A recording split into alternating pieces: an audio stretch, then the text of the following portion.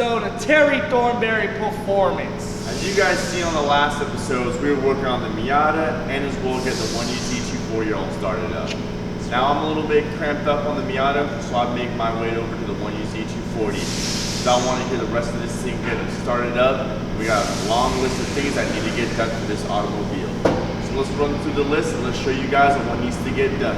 So, nice little overview, just basically telling you guys, obviously the motor's already in the 240, everything's all situated as far as the wiring all being laid out. But now last but not least, as clean as this engine bay looks, she's not done and not ready to start up yet. Still got a long list of things to do, radiator, wiring, we gotta make sure that the headers are on.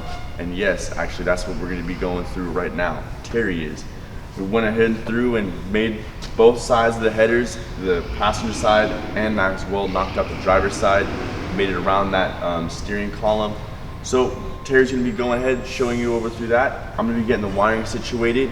Once we finish on that section, you guys are gonna be coming over to me and I'm gonna be showing you guys what needs to be done to make sure that this motor is getting its right powers and grounds. So originally aftermarket headers with the 1UZ to fit an S13, they actually have the steering racks going through the third and the fourth runner. With that being said, if you actually ever want to remove the engine or anything like that, you would have to take off the headers to do so. So with that being said, we wanted to put our little flavor into it and see what we could come up with.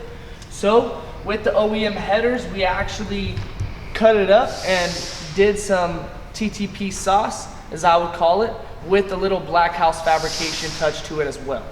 So with that being said, the headers flow super nice and around the actual steering shaft, so there's no worries at all if you actually need to work on it or anything like that. The headers are super easy accessible to be removed and to come off the chassis if need to be.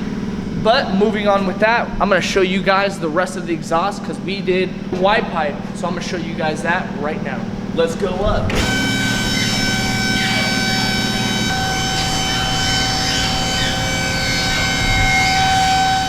So as you guys can see right here, as I was talking about with the headers, it flows super natural and super beautiful around the steering shaft.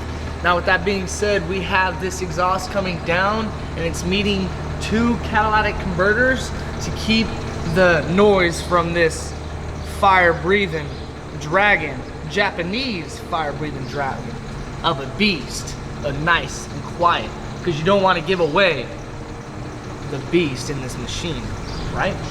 So we got this beautiful wide pipe coming down with a single exit with a D-spec exhaust at the end. We cannot wait to get this thing started up and hear it. So let's move on to the wiring and actually get this thing cranked over and hearing it start to life. Well, welcome back. This time we're actually inside of the car. Looks like that's my natural habitat for the last couple of YouTube videos. So inside here we're getting the ECU all wired up, making sure that everything for the motor wise outside the engine bay is going to be all happy. That being said, got to get power to your ECU, which is going to give your injectors, your igniter, your throttle body, O2, fuel pump, the whole 9 yards.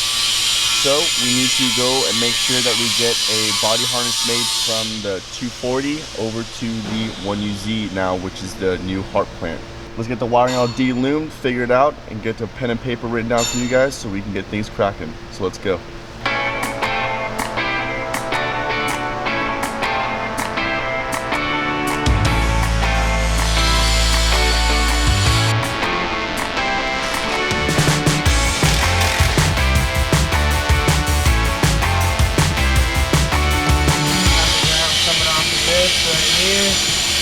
Bada bing, bada boom, nice and clean, baby. Nice try to clean this surface. You want that metal on metal contact. Beautiful.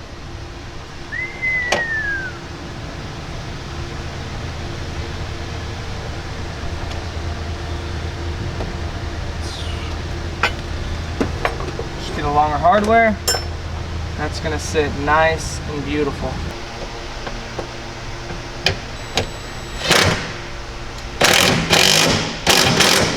ground,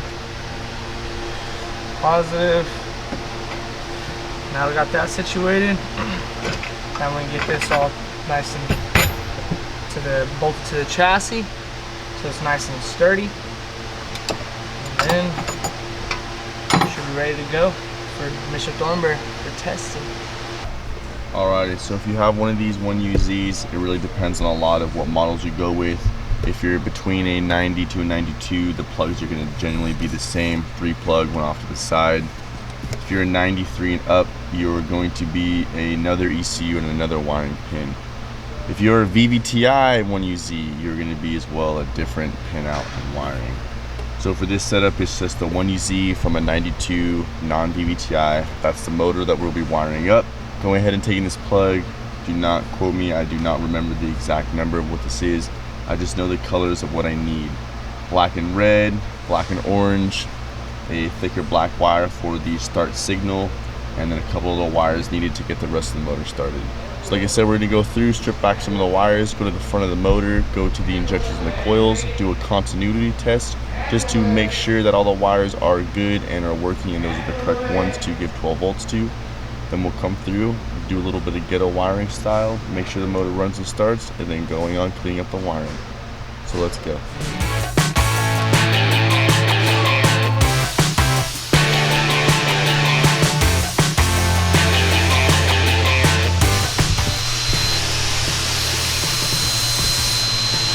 You hear that?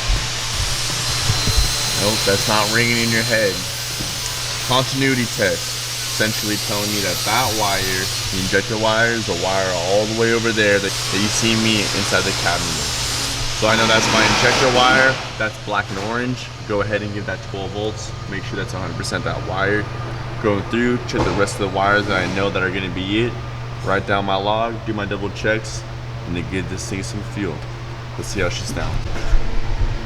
So, since now the battery is all good for Mr. Thornberry to do his testing, now we gotta put the radiator, move on forward so when the motor does start, we can finalize all the wiring, give it all the fluids, meaning power steering and coolant.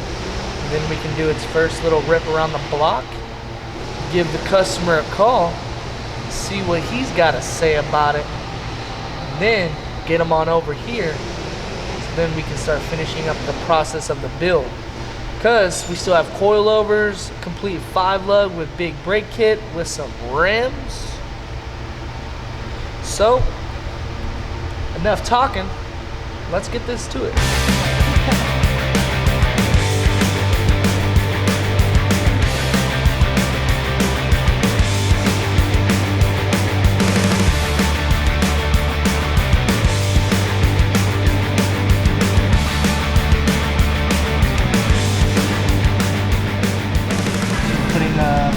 Shroud on the radiator.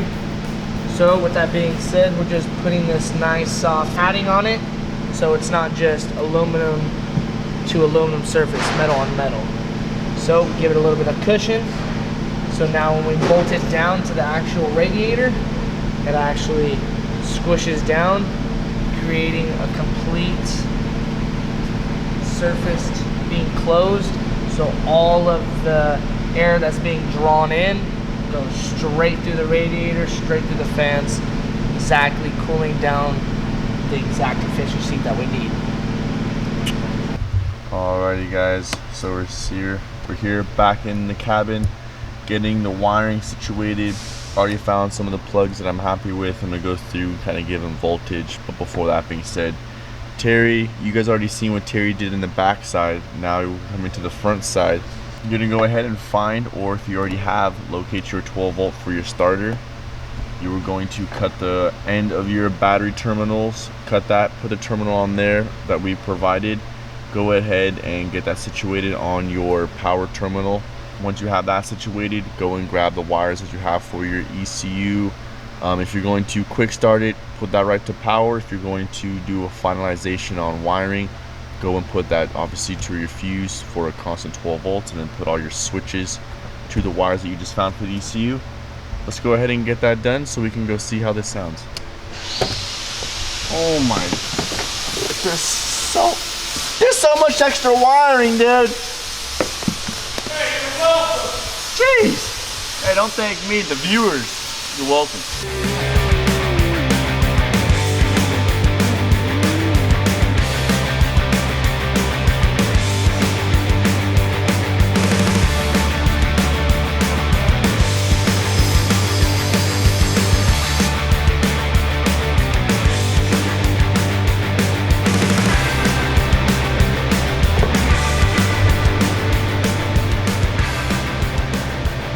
Oh!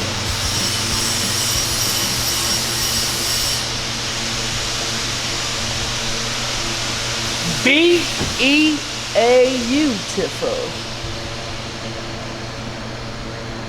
So let's get some hardware, bolt it all in, make sure everything's all good to go, and now start installing it into the chassis.